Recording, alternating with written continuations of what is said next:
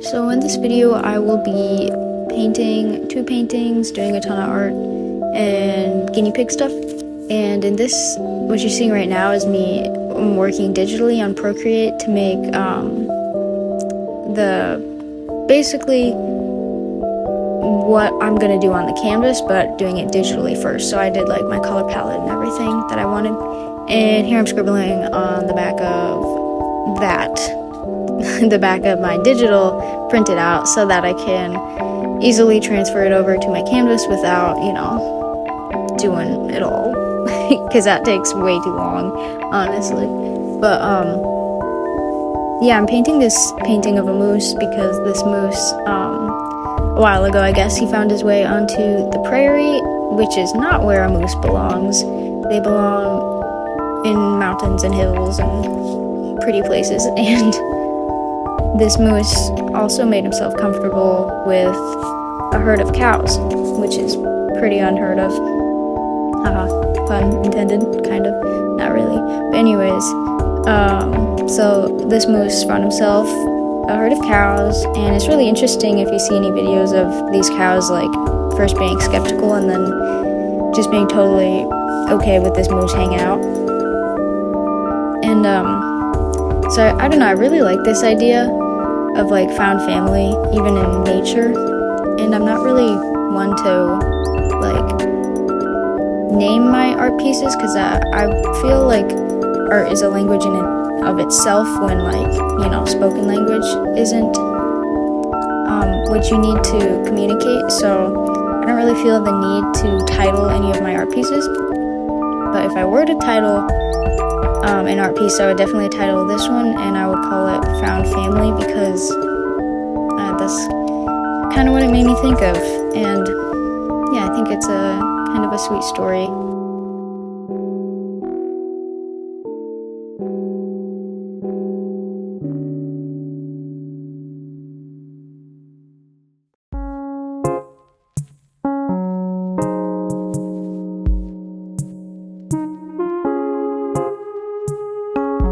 Moving on to my painting of my dog Barley. This is Barley in his youth. He's pretty old now. I think he's 16. He's a Braque du Bourbonnais, which is French. So he's white and orange with all these little freckles. And he's a very sweet dog, and we've had him since I don't even know, since I was a little kid. And he's getting old, so I like having little things to remember my pets by. When my first guinea pig passed away, I hadn't done anything, like any footprints or anything, and I really kind of regret doing that, so I guess I'm being proactive, because I'm really going to miss Barley. So I used the same exact color palette that I just used on my moose painting. I did these paintings back to back, so it was pretty easy to just roll into a second painting. At first, I was trying to paint the same way I had, like the same techniques I'd used with the moose painting, but I wasn't capturing Barley's likeness enough, and so I just kind of kept piling on paint, hoping I'd eventually get there, and I think I did. I think I'm happy with it. So I ended up using a palette knife to really glob on chunks of paint, which was fun. I have never really done that before, so yeah. And here's just a little cleanup.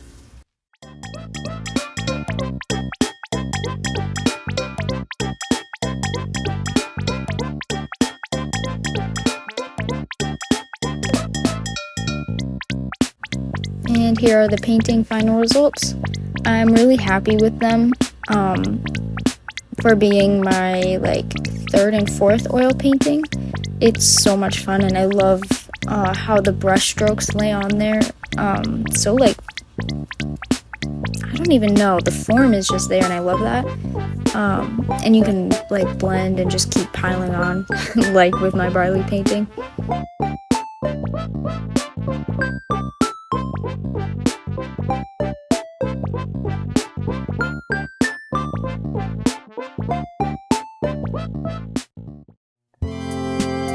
Right here I'm putting gesso onto my current art journal, and you'll see me add to these pages later in the video.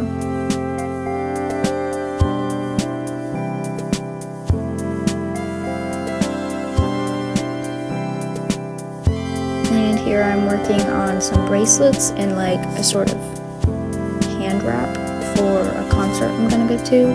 Oh, here's some ASMR.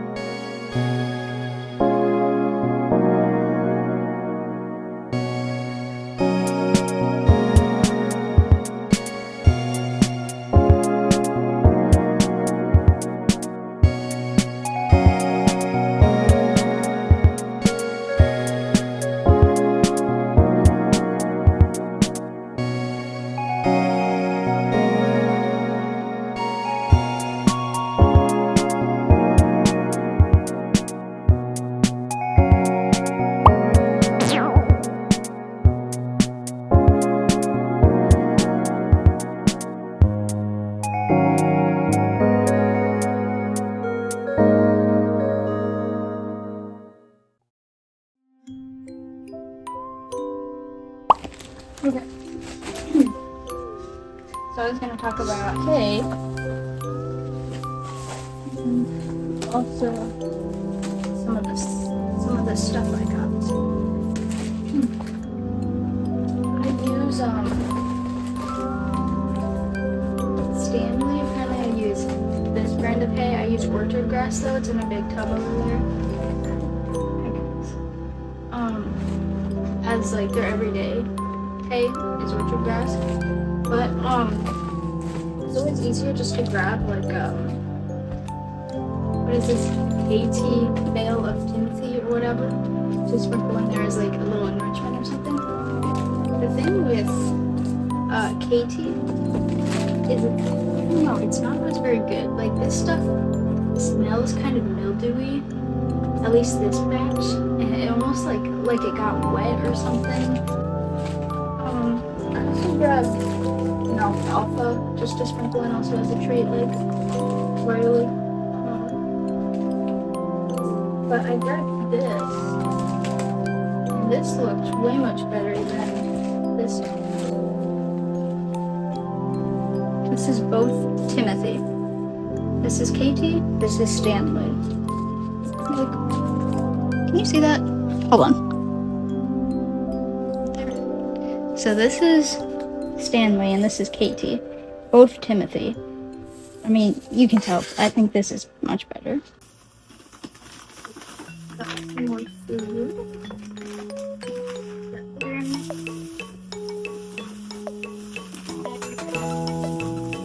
On these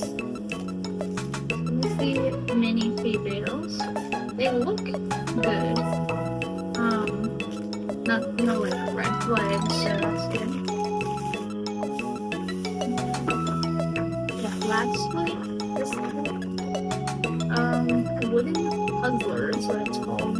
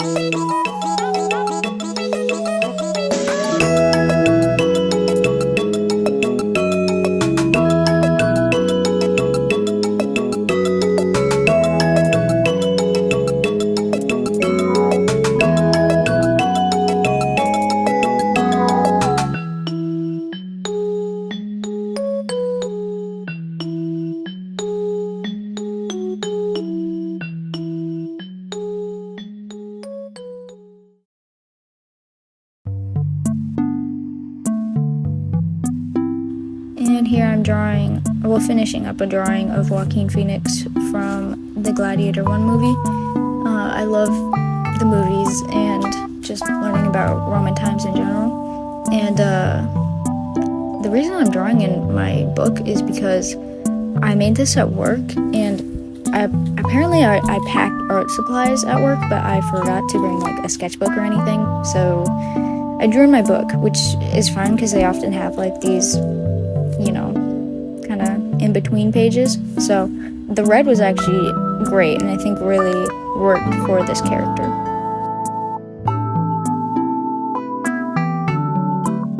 I also ended up drawing a tiger on this day, which I hadn't actually seen the movies in a while, and I just rewatched it, and there's a tiger in the Gladiator 1 movie, so it actually works perfectly. But as you can see here, I actually draw really slow, but I find the sped up bits are also really interesting. So I think it's fun to see, the time-lapse process, but also like real time, how long it actually takes. You probably also see me flipping my book like upside down and, all kinds of directions. And I do that because I find it really helpful to like change my perspective. It helps me just, I think, keep it more realistic and a little bit more accurate to what I'm trying to draw.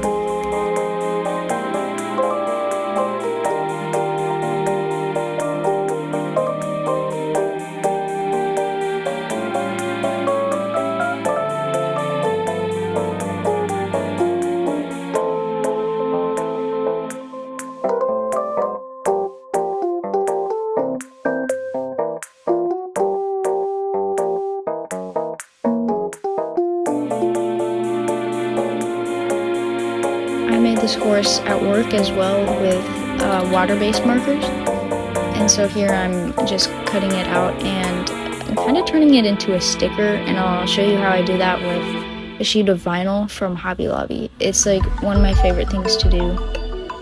It's just so much fun.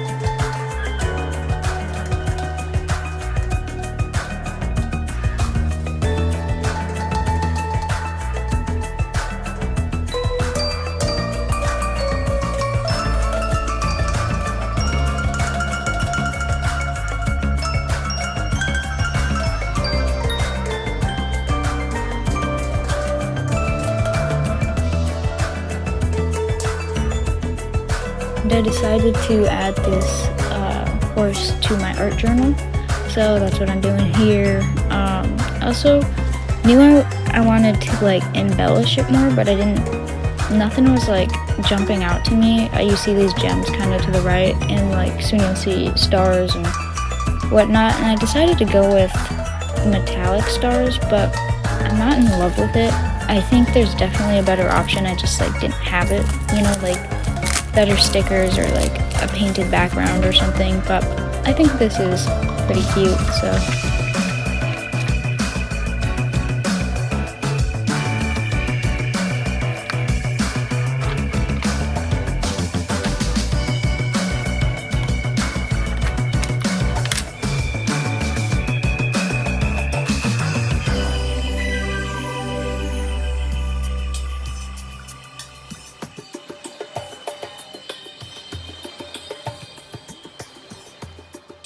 And for my last piece of art, I was inspired by these two comic books and made some artwork from both of them. And I just wanted to kind of show them off, the artwork, especially in this Riddler one. Okay, they're both amazing, but I feel like Riddler has some really good, just like solid art pieces here. And it's just like, they're so fun to look at. And I wanted to share that, so. Sorry, it's late. My voice is getting kind of losing my voice here, but anyways, Shazam, my favorite superhero ever, and I love the comic books. I love these comic books. I love the 2018 comics so much, but so I drew Billy and Freddy, but my one issue with this comic book is that they don't draw Freddy's crutch like what a modern day crutch would look like. If you're using if you had like a foot injury or something, you'd maybe use the underarm crutch like you see in this comic. But if you have like a long-term issue like Freddy, you would, which isn't clear in these comic books what it is. So I guess there's leeway there, at least as far as I know. But anyway, so that you know, I just thought I'd fix that in my drawing at least, because it doesn't make any sense. I don't. If you happen to know why in this comic Freddy uses an underarm crutch, please let me know, because it bugs me. But anyways, this was super easy. I just drew it at work, as you saw the sketch earlier, and then I used my water-based markers to just get a base color, and then I used my colored pencils to, I don't know, just, you know, scribble and blah blah blah. Highlights were super fun. I felt it kind of brought it to life.